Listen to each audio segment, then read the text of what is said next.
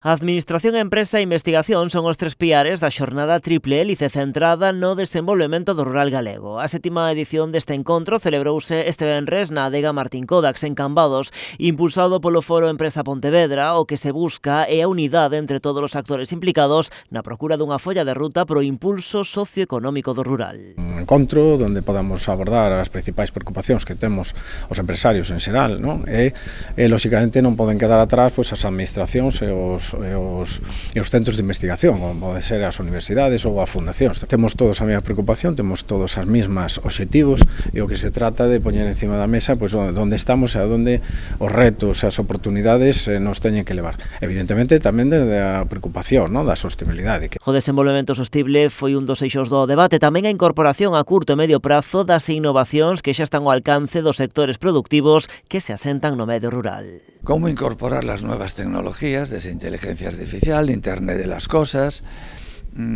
y otra serie de técnicas o metodologías que tienen que estar al alcance de los agricultores y ganaderos, y si no lo están, ¿qué tenemos que hacer para que se incorporen y forman parte de la producción agroganadera y agroindustrial?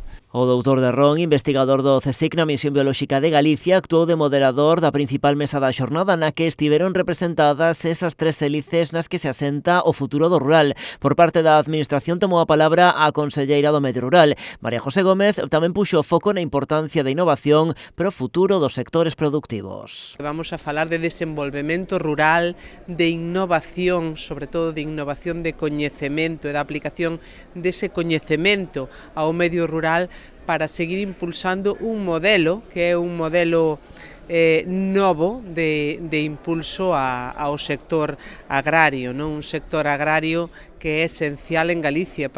Non se pode entender Galicia sin ese desenvolvemento rural. Compartindo faladoiro coa conselleira César Iglesias, director da Fundación Infiar, e Marta López do Instituto ITERRA da Universidade de Santiago. Un proxecto que basea o seu traballo na saúde global, entendendo o benestar das persoas, os animais e o medio ambiente como unha única saúde. Xa non se concibe traballar de outra forma que non sexa intentando coidar a todos. Temos que cuidar as persoas, pero tamén temos que cuidar os animais, dos que tamén obviamente dependemos, os seus ecosistemas e o medio ambiente. Entón, resulta fundamental abordalo desde esa perspectiva. E desa perspectiva, pero tamén hai que traballar dentro da sostenibilidade, quer dizer que non só a saúde, sino tamén hai que conseguir que eso sexa sostible, porque tamén hai unha economía detrás. Nesta xornada tamén se puxo o sector vitivinícola galego como exemplo de innovación e adaptación ao cambio, un espello no que pode mirarse outras patas da economía do rural.